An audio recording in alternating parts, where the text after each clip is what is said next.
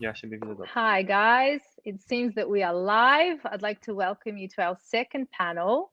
I have with me Torsten Haux, who's the VP of Global Media Rights ESL.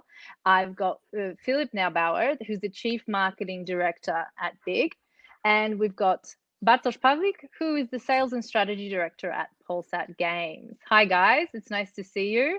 Hello. Hi. Nice to meet you. Hi.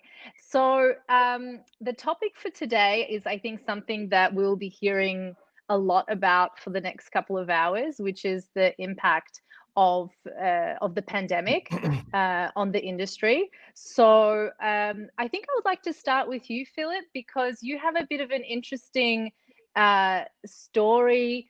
I think running an esport team kind of sucked during the pandemic, probably, but you guys had some successes. You ranked first on the HLTV ranking.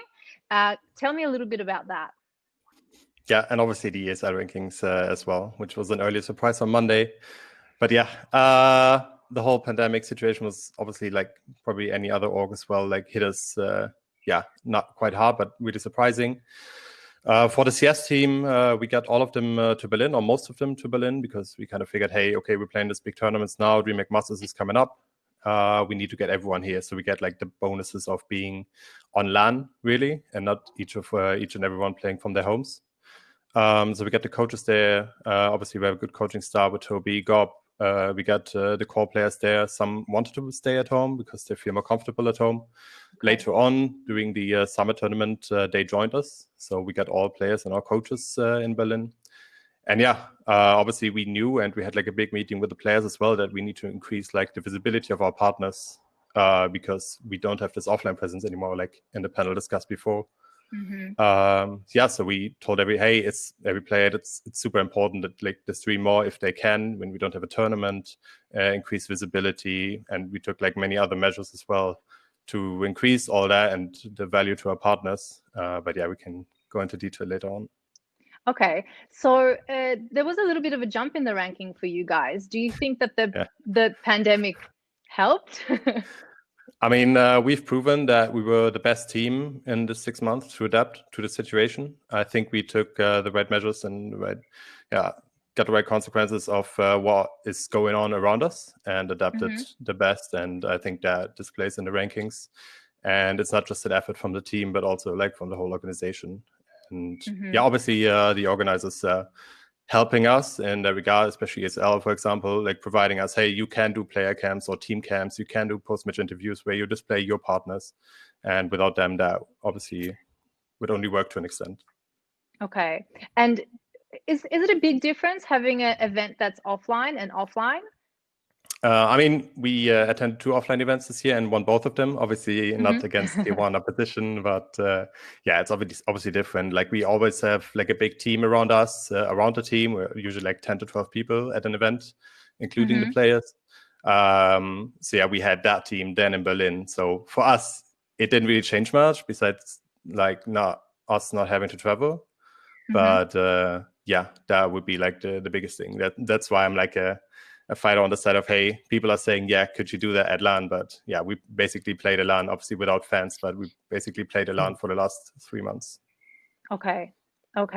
So I'd like to ask you, Torsten, now, because you guys organize some big events, and I'm assuming, maybe rightly so, maybe not, that you were probably quite impactfully hit by the pandemic. Was my assumption correct or not really? I would say not really, Katarzyna. I would say, well, every one of us is of course, impacted by the pandemic. But on the other hand, if you take a look how esports still functions during that times, as it's in a way going back to its origins, where it all started like 20 years ago, when some people in the industry decided, like with ESL, in a way leading it, to create a professional computer games competition. It all started online. There was no off-site event so far. And after a COVID-19 breakout, so I think we adapted quite quickly all of the tournaments to an online-only competition, where we have like a studio for the casters and the commentators, either in Cologne or in Los Angeles or in Poland. And when you take a look at the figures, as there was no sport out there, as all of the, let's say, real sports leagues could not play their games at all.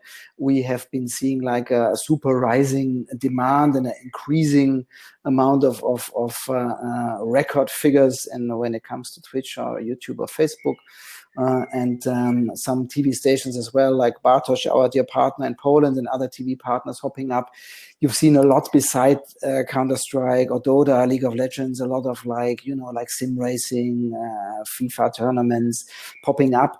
So in a way, yes, of course, we would love to go back, and we will go back, and we need to go back. But let's say the surviving mode in esports has been better, or has been easier to adapt than running a handball league or a football league. So in a way, we went quite good through it, but hopefully we're looking into it like when we have Philipp here in the round, and kudos again being number one, that's super. But I remember Cologne, as Philipp does, 2018, where Big used to be in the grand final in front of 15,000 spectators. So nothing else can beat that emotion. And nothing else, of course, can as well, like when it comes to sponsorships and to potential partners, we need to go back to the arenas, and hopefully this will come soon. Okay. And what would you say was the biggest challenge at the beginning of the pandemic? What did you guys have to change, or did you have to change much in the way that you were operating? Yeah, well, as we run global tournaments, so we have teams from the US, from Asia, from Europe, and they cannot compete each other fully remotely due to the ping rate. So that's just not possible. So we need to divide it into some kind of divisions and create a bit of a new, I would say, like a new grid and how the rundown of the show looks like. And that was, of course, beside all the negotiations with partners, with the venues and so on. I think that was the major topics we have been facing, but hopefully solved it quite good, as we have been in the Twitch top 10 like for the past weeks now with our tournament. So I think we made quite good the grade here. Okay, awesome. Bartosz, I would love to hear something from you. Hi. Hi. You're in a unique position because you guys actually have an actual real life television channel. For me, the most interesting part about this is your actual audience doesn't watch that much television. They're probably the ones that are least likely to watch television in terms of statistics. How does that impact your business? Okay, so I will elaborate on more on the whole scope of the television during pandemic, not only esports in my webinar when I will have more time. But now, taking in account only this esport part of our viewers, esports audience, in the television, this strange, difficult times for us, as you know, all of people stay at home, most of them, which for our viewers, for our numbers, showed that the father is holding the remote. So the father is deciding what is being watched during the day.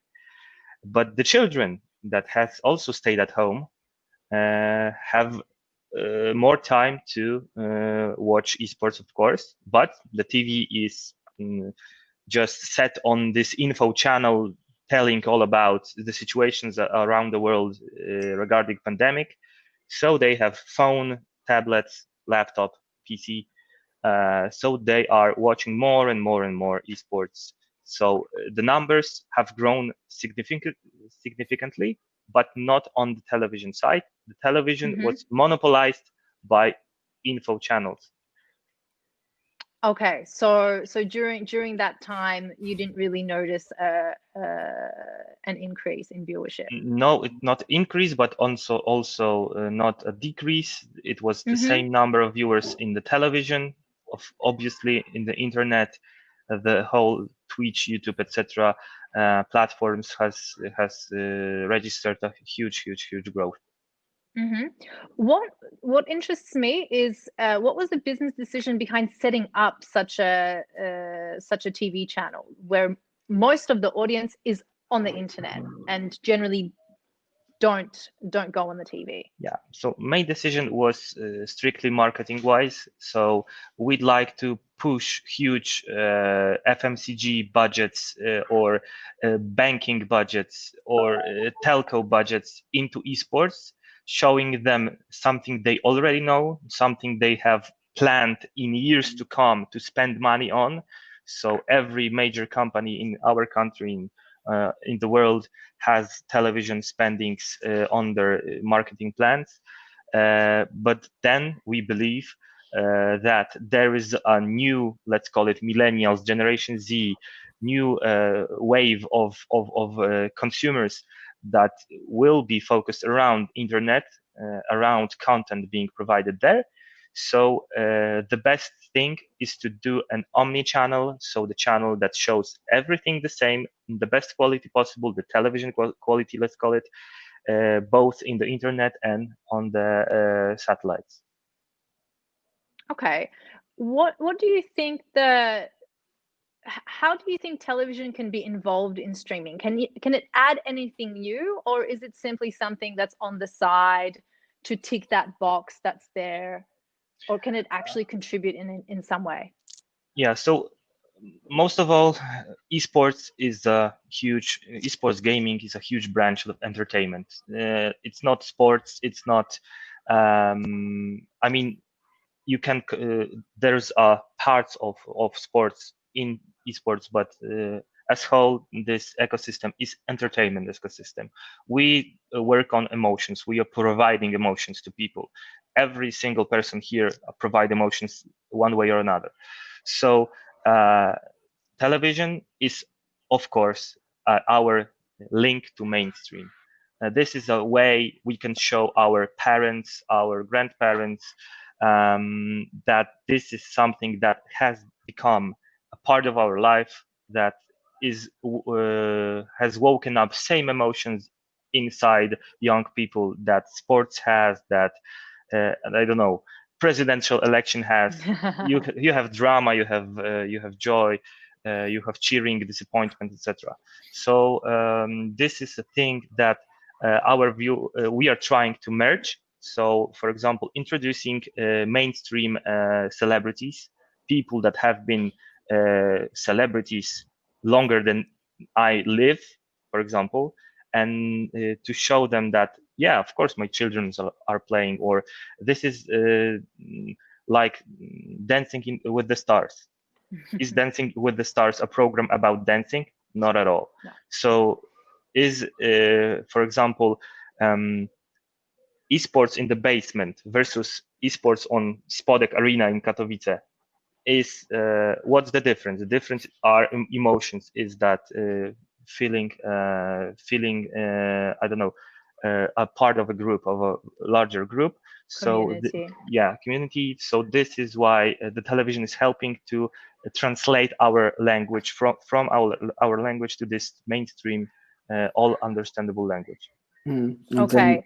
Maybe let me add that on, Katarzyna, or Bartosz, like exactly what you're telling. I would say esport is ready for mainstream since a couple of years, when we first started to create in the Spodek Arena IM Katowice. So it's only a couple of years old, 6-7 years. It's a brand new entertainment, sports entertainment, however you want to call it. So we see the first generation of esports fans, yes, being originally on digital, but now tapping into linear. In 10 years, they will grow older. They're 35 then. In average, they're now 24, 25. So you will have the second generation of esports fans. And together with partners like Polsat, we are trying to create, and together with teams like Philipp and Team BIG, we create additional editorial content, like all these kind of analysis pieces, behind the scenes pieces, interviews, to become a bit closer to the stars, to have a better understanding, like that the linear channel can do more for its audiences than like Twitch or YouTube, which are still most likely live events and people chat there, have it as a second screen. So we see definitely like this is a first window to be opened on linear television with a different approach, creating your own casters, your own commentators, and hopping into that market right now. And as we will all believe that this will grow bigger and bigger, and there will be its audience on linear definitely in the future as well. Okay, awesome. Thank you for expanding on that. We're a little bit out of time. So just to finish up, what I wanted to ask you guys was, if you had to sum up the last 3 months in terms of the business side of things and the pandemic, in one word, no pressure, what would be the one word, Philipp? Do I get a second? Ooh. You can have a second. You can have 3, unless the other guys have a word. We could just boldly say successful, because I think we. Or can I expand on that? Yeah, go for it. Okay, because I think we tackled the challenges quite well as a team together with the players. They understood it, and they delivered on their side. We delivered on our side. So yeah. Awesome, Bartosz. One word. Or Yeah. one So sentence. one word that everyone here will, of course, agreed on is challenge. I mean, but for me personally, I call it back to the future. Back to the future is my calling, because what has happened is we've moved from garages and PC cafes into huge arenas, but it was only a few years ago. So our full competence, our full knowledge of that times help us to provide to persevere now this I don't know, pandemic, this crisis, let's call it, because the whole knowledge was already here in our heads. As Philipp, of course, remember playing. I mean, you are still playing from house, from online tournaments, online qualifications, etc. We are still doing streams with only 2 people being on cast and the whole team's playing online. So, but we are making it in whole new quality, whole new. I mean, yeah, quality is the best term. Awesome. And Torsten, last words. Wow. Wow. Okay. Cool. Great. Wow. That's the perfect final word. Thank you guys so much. It's been a pleasure having you. Thank you. Have a great day. Thanks. Thank you. Take care.